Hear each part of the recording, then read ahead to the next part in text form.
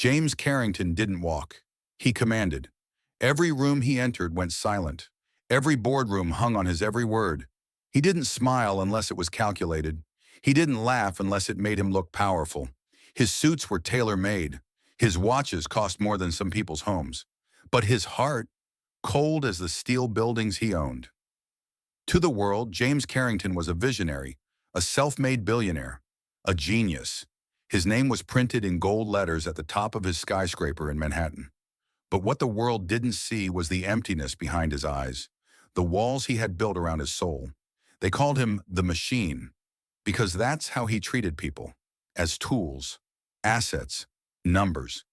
He woke up every morning at 4 a.m., not because he loved the sunrise, but because sleep felt like weakness. His breakfast, protein pills, his home, a glass and metal fortress in the sky, love, laughter, softness. These were words he mocked. His favorite phrase? Feelings don't close deals. James believed in one thing: success earned through ruthless discipline. He fired employees without a second glance. He crushed small businesses that stood in his way. And he never, ever gave back. He had no family left. His parents had died when he was young, and he built his empire fueled by loneliness and a desperate need to be invincible. People said he was brilliant, but brilliance without compassion is a blade. And James wielded it proudly. He surrounded himself with people who were just like him, cold, polished, and hungry for more. He avoided emotion like it was a disease. He didn't donate to charities. He didn't sponsor local causes. He didn't care. And he especially didn't care about them. Poor people. He had a rule: never stop the car in those neighborhoods. He thought children playing in the streets were future criminals. He saw them as statistics, troublemakers in training. The way he saw it, people chose their life. If they wanted more, he'd say, they'd work harder. And yet James had never spent even 1 hour listening to the stories of those he judged. He didn't need to. He'd already decided who they were. One time during an investor meeting, someone suggested funding youth education programs in underserved areas. James scoffed. "We're not here to play savior," he said. "We build tech, not pity parties." His board members laughed. They always laughed when James made jokes like that. Not because they were funny, but because they feared him. He had everything money could buy. But he couldn't remember the last time he cried. He couldn't remember the last time someone hugged him just to show they cared. He kept a picture of his younger self locked away in a drawer, a small boy with wide eyes and dirt on his shoes, clinging to his mother's hand in a shelter. He never looked at it. It reminded him that once he was one of them. But that life was gone. He had replaced hope with hustle, faith with formulas, miracles with machines. And still, deep down, in the silence of his penthouse at 2 a.m., James sometimes wondered why he still felt so alone. That question haunted him, but not enough to change him, until one stormy night, fate stopped asking. It demanded an answer. That night, as he walked out of a luxurious benefit gala, one ironically raising money for inner-city youth, though he hadn't donated a cent, James decided to drive home himself. His driver had gone home early. The air was thick with fog. The rain was starting to pour. He stepped into his black sports car, the engine purring like a beast ready to roar. He didn't know the GPS would glitch. He didn't know the roads ahead were flooding. He didn't know that this night, everything he thought he knew about the world was about to be shattered. But the sky knew, and so did the 3 small hearts waiting in the shadows. The sky was crying that night. Thick gray clouds hung low over the city like a warning. Rain fell in sheets, soaking everything. Streetlights flickered.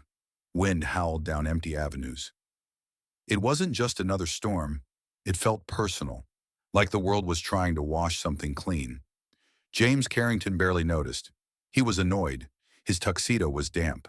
His cufflink had snapped. And the charity gala had been a waste of time, full of small talk and fake smiles. He had driven himself home because his driver had gone home sick. Something about family emergency? And James didn't want to wait. He tapped the GPS screen in irritation as it glitched. The digital map blinked and spun. The voice assistant kept rerouting. He gripped the wheel tighter. "Stupid thing," he muttered. As the car took him deeper into unfamiliar streets, James didn't realize how far he had strayed. The street signs looked old. Faded murals decorated the brick walls. Corner stores stood closed, their metal grates locked for the night. The neighborhoods looked different, worn down, poor. His chest tightened. He locked his doors out of habit. "This is why I don't come through here," he murmured to himself just as the rain grew heavier. His tires screeched as he turned sharply to avoid a large pothole.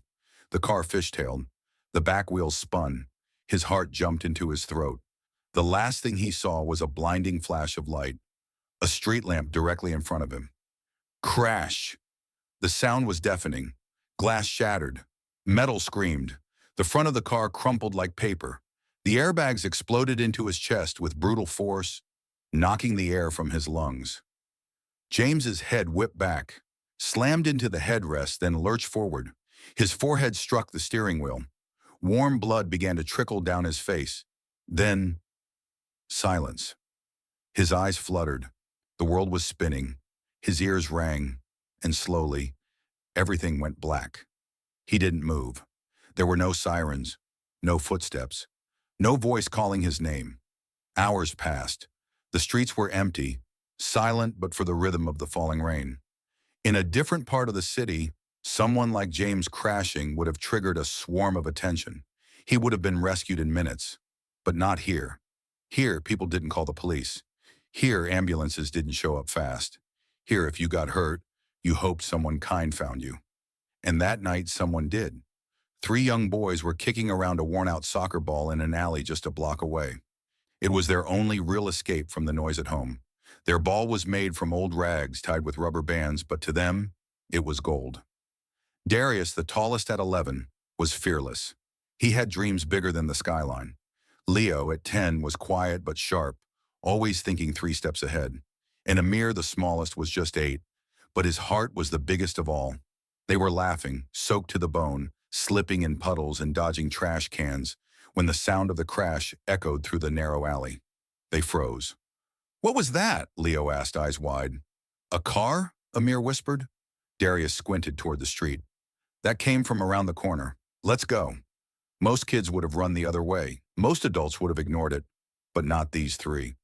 They ran, splashing through puddles, hearts pounding. When they reached the corner, the sight made their stomachs turn. A sleek black car sat smashed against a bent streetlight, steam rising from the hood. The windshield was cracked. One of the tires was still spinning. Inside, slumped over the steering wheel, was a man in a bloodied tuxedo. "Is he dead?" Amir whispered, inching closer. "No," Darius said, breathless. "Not yet." Leo scanned the street. No one's coming. No one even saw. Darius yanked the door handle. It didn't budge. "Help me," he told Leo. Together, the 2 boys tugged with all their strength. Click. The door creaked open, metal scraping against the frame. Rain poured into the car, soaking the man inside. His chest rose and fell faintly. "Hey, mister." Amir climbed up beside him, gently touching his shoulder. "Wake up. Please." Blood trickled from a gash above the man's brow. His breathing was shallow. Leo pulled out the cracked cell phone his older brother had given him. It didn't have service. He ran to the corner store, but it was closed. The metal gate was pulled down tight. He pounded on the side door. "Help! Someone's hurt! We need an ambulance!" A man inside peeked through the bars and, seeing the panic in Leo's eyes, opened up and called 911. Back at the car, Darius took off his hoodie and pressed it to the man's head, trying to stop the bleeding. "Stay awake, mister. You gotta stay awake," he said, voice trembling. Amir sat beside the stranger, holding his hand. His tiny voice barely rose above the rain. "You're not alone, okay? We're here. We're not leaving." The sirens came, eventually. Red and blue lights sliced through the rain as paramedics rushed in, barking orders and shining flashlights. The boys stepped back, soaked and shivering. One of the EMTs asked, "You kids did this?" Darius nodded. "You found him? You stayed with him?" "We didn't want him to die," Amir whispered. The paramedic looked at them for a long moment. 3 little boys standing where angels might have been. Then he nodded with deep respect. Well, you might have saved his life. As they loaded James Carrington onto the stretcher, he stirred faintly. His eyes opened for just a second. All he saw was a blurry image of three small faces, standing in the glow of streetlights and sirens. He didn't know who they were. He didn't know that they had just changed his entire life. But he would, very soon. The rain didn't stop. If anything, it came down harder, as if the sky itself was weeping. The crushed car hissed with steam and leaking oil. The streetlight it had struck was tilted dangerously, casting flickering shadows across the street. Most people would have seen this and turned away. Too dangerous, they would have said. Not our problem. But Darius, Leo, and Amir stood still. Their chests heaved from running. Their shirts clung to their thin frames. Their shoes were soaked and torn. But not one of them stepped back. Darius was the first to move. His instincts kicked in like he'd trained for this moment his whole life. He gritted his teeth and grabbed the car's mangled doorframe. Metal scraped his palms. Rain dripped from his curls into his eyes. His arms shook. His hands burned. But he didn't stop. "Come on," he whispered. "Come on! Open!" The twisted metal groaned under his grip. With one final heave, the door bent outward. The impact had smashed it in tight, but somehow, miraculously, it gave way. Behind him, Leo was already in motion. He wasn't as strong as Darius, but he was fast. Lightning on 2 feet. His heart pounded as he darted back toward the scan for any signs of life. A glowing, open sign flickered at the edge of the block. The auto shop. Leo sprinted toward it, splashing through puddles. His thin hoodie soaked straight through. He slammed his hands against the mechanic's side door. "Help! There's been a crash!" he yelled. "A man's dying! Please!" Inside, Mr. Alvarez, the old mechanic, peeked out, eyebrows raised in alarm. "Call 911!" Leo shouted, voice cracking. "We need an ambulance!" Back at the wreckage, Amir stood frozen. Low groan escaped his lips. Was he dreaming? Dead? The smallest of the stared into the car at the bleeding man. His skin was pale. His lips were turning blue. Amir's knees shook, but he didn't run. He climbed into the car, hands trembling, and placed his small palms on the man's chest. He didn't know CPR. He didn't know what was right, but he knew that touch, human touch, could bring someone back. "Don't die, mister," he whispered, voice barely above the rain. "We got you. We got you." The man didn't move. Blood trickled slowly down the side of his face and into Amir's open hand. Tears welled in Amir's eyes. He was only 8. He'd never seen someone this hurt. He felt helpless. But still, he stayed. "You're not gonna die," Amir said, firmer now, his little voice breaking. "Not on our watch." In the distance, sirens finally began to howl. Red and blue lights splashed across the wet pavement like strobe lights from heaven. The ambulance screeched to a stop. Paramedics jumped out, radios crackling. "What have we got?"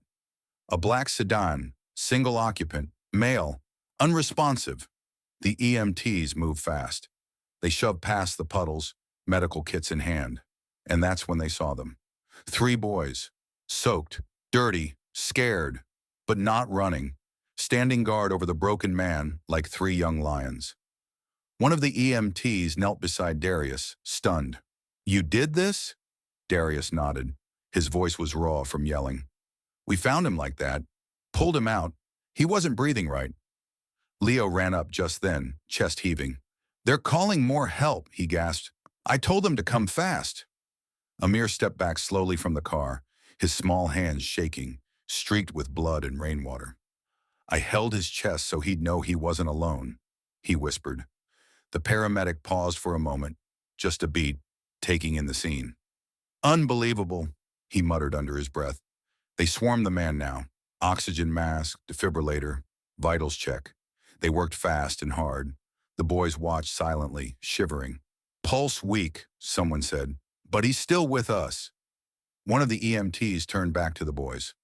"Listen, what you did, it's brave.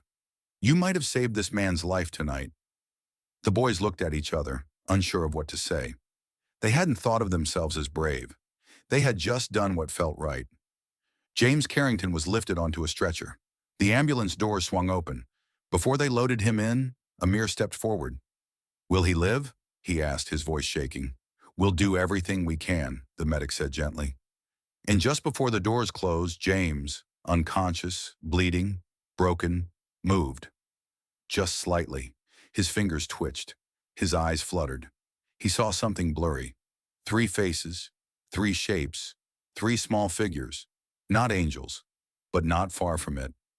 The ambulance drove off into the night, and the boys stood in silence, rain washing over them, hearts pounding. They didn't know that the man they'd saved was one of the most powerful men in the country. They didn't know they had just changed his life, or that soon he'd change theirs. All they knew was this: a man had needed help, and they had answered, with nothing but courage and heart. The room was quiet except for the soft beep of machines, a steady rhythm, one that whispered, "You're still here." White sheets, sterile light, a sharp scent of antiseptic in the air, the hum of fluorescent bulbs above. Pain radiated through his ribs and his throat felt like sandpaper. James Carrington slowly opened his eyes. Everything hurt, his chest, his head. Even breathing took effort. He blinked into the light, vision blurry, heart pounding with confusion. For a moment he didn't know where he was. A low groan escaped his lips. Was he dreaming? Dead. Then a warm voice, gentle but firm, cut through the fog. "You're safe now, Mr. Carrington. You're in St. Luke's Medical. You've been unconscious for 3 days." His head turned toward the voice. A nurse stood by the monitors checking his vitals. "Well, what happened?" he whispered, barely able to speak. The nurse smiled softly. "You were in a car crash. It was bad. But someone found you." She looked toward the end of the bed. James followed her gaze, and there they were, 3 small figures standing silently near the foot of his bed. They were soaked the last time he had seen them, blurry images in a storm of blood and broken glass. But now they were dry, clean, and clearly visible. 3 boys, 3 strangers, 3 angels in sneakers. One had dark brown skin and the strong shoulders. He stood tall with protective pride. Darius. The second, smaller, wore a hoodie too big for his frame, his eyes constantly scanning the room. Leo.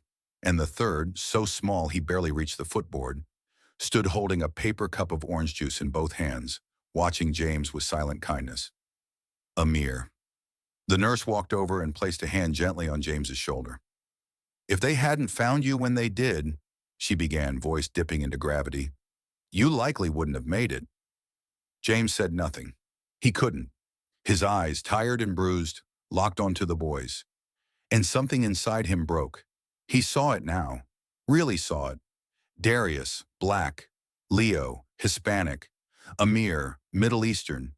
Kids from the neighborhoods he had driven past in disgust. Kids he had labeled in his mind without ever knowing their names. He'd taught his staff to avoid trouble areas. He'd crossed streets when boys like these approached.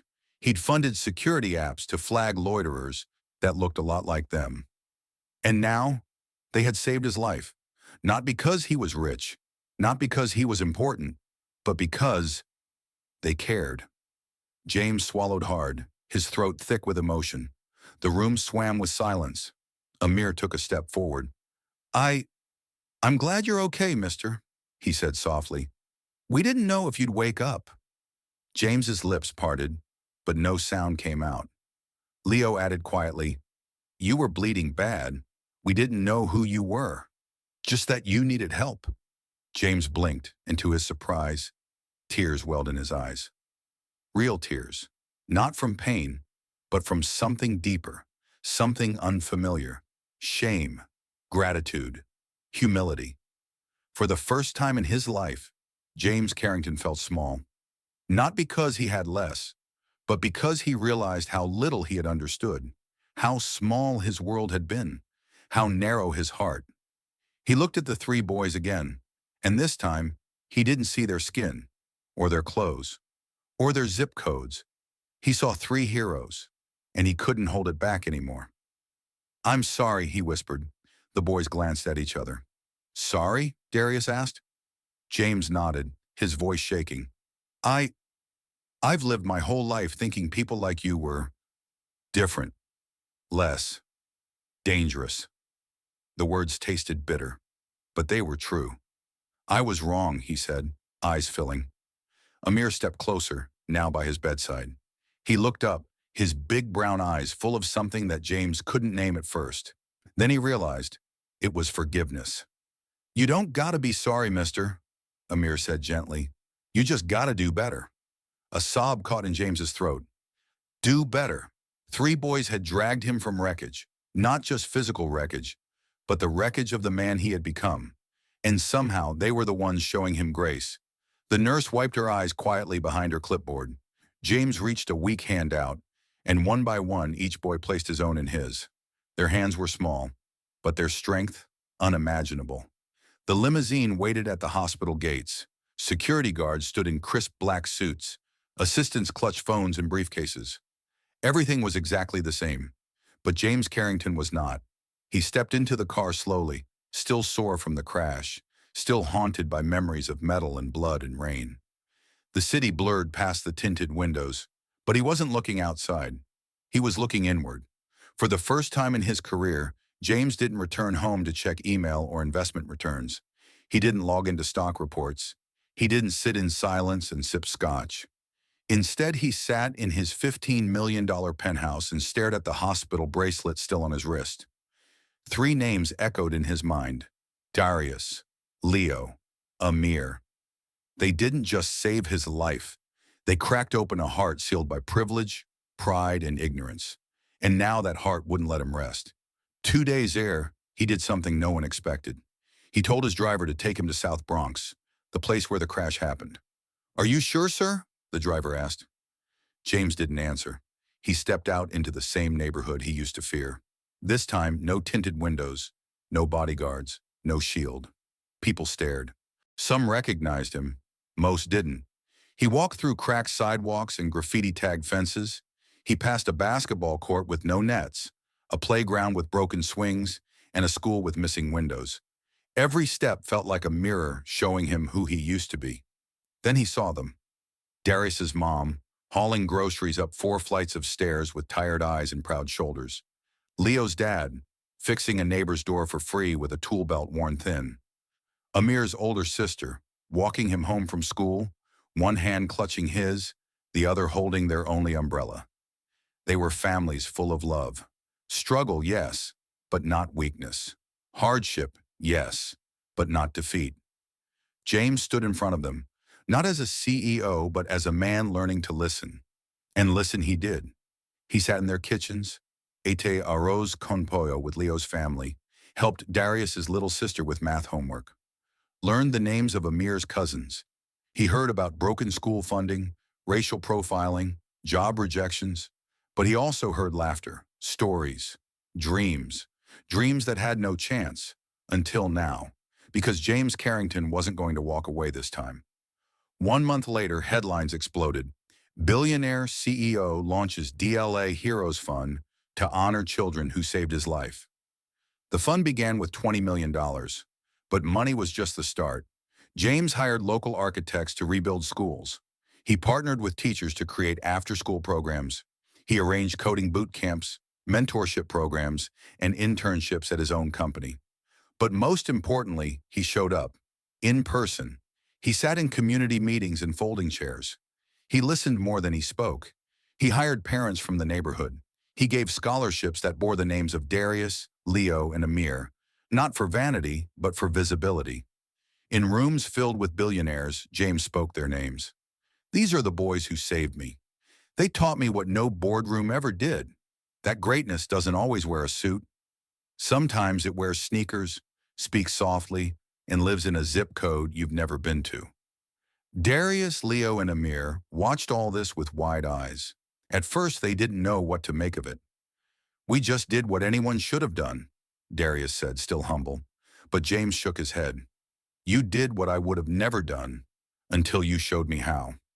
One afternoon, James invited the boys and their families to the foundation's official opening.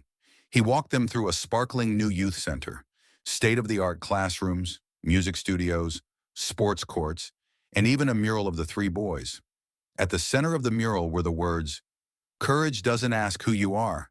It asks, who needs me?" The boys stood speechless. Amir whispered, "Is this really for us?" James nodded, eyes full. "Because of you." He knelt in front of them, this once untouchable CEO now eye level with the children who had changed his soul. And for the first time in a long time, he felt proud, not of his money, not of his status, but of his heart, because now it beat for something real. The evening air buzzed with anticipation. The community center, once an abandoned warehouse, was now a vibrant home for change. Its windows glowed with warm light. Rows of chairs were set in neat lines. Camera crews, city leaders, parents, and students gathered from all over New York. There were no suits of power at the front, no polished political speeches. Instead, there were folding chairs filled with real people, people who had once felt invisible. And on the stage, a man the world had once known as cold, ruthless, unreachable, James Carrington. He wore no tie that night, just a simple navy jacket and soft eyes that had seen too much and still weren't done learning. Beside him stood three boys, each now a little taller, a little more confident. Heroes in sneakers, their names etched on the building behind them in bold silver letters, the DLA Heroes Center. James stepped up to the microphone. The murmurs fell to silence. He looked out at the sea of faces, black, white, Latino, Asian, Middle Eastern, rich and poor, old and young, and took a deep breath. His voice cracked before he even spoke. "I'm not the man I was a year ago," he began. "A year ago, I believed in profits, not people. I believed in walls, not bridges. And I believed these boys didn't matter." Gas rippled softly. People listened, still. James's throat tightened. "I was wrong," he said, his voice shaking. "I was so wrong." He turned toward Darius, now standing tall and proud in his new blazer. "This young man, he didn't hesitate to save a stranger," James said, eyes glistening. "He broke open the door of a burning car. He used his hands not to take, but to give." Then to Leo, whose fingers tapped nervously at his side. "And this one ran for help, not because he wanted praise, but because he had hope that someone would listen." Then Amir, smallest in stature, tallest in spirit. "And this boy, he held my life in his tiny hands, kept me breathing, spoke to me through fear and tears. He didn't know who I was, but he knew I was someone." James paused, overcome. The room was silent, hearts beating like one. He took a breath, then looked back out at the crowd. "These boys are the best of this country, of humanity, and I didn't see that until they saw me." A single tear slipped down his cheek. "You want to talk about miracles?" he whispered. "Let me tell you something. This is a miracle." The camera zoomed in, not on his wealth, but on his trembling hand, reaching down to grasp Amir's small fingers. "And if I, someone raised in wealth and pride and fear, can be saved by three kids I used to fear, then maybe, just maybe, there's hope for all of us." In the crowd, people cried openly. A white police officer sat beside a black teacher and clapped in unison. An immigrant mother held her son close, whispering, "See, baby, they matter. You matter." And on stage, Darius grinned wide, showing the gap in his front teeth. Leo waved shyly, the crowd roaring in support. Amir stood still, eyes locked with James, refusing to look away. He wasn't afraid anymore. Later that night, the sun dipped behind the skyline, casting long shadows on a city still healing. Reporters filed stories with headlines like, "The CEO Who Believed in Miracles," "Hope Wears Sneakers, How Three Boys Changed a Billionaire," "From Division to Devotion, One Community's Awakening." But the truth, the miracle wasn't James's transformation. It was that in a world tearing at the seams with hate and division, three children had chosen compassion over fear, action over silence, and humanity over prejudice. They didn't wear capes, they didn't have fancy titles, they just had courage. And that night the world saw them, not as statistics, not as stereotypes, but as saviors. And James Carrington? He didn't just find life in that wrecked car. He found a soul A year ago, he wouldn't have crossed the street for boys like Darius, Leo, or Amir. Now he would cross the world with them. Because in a divided world, the only real miracle is when love breaks through a hate once lived. And that miracle had names, three of them: Darius, Leo, Amir.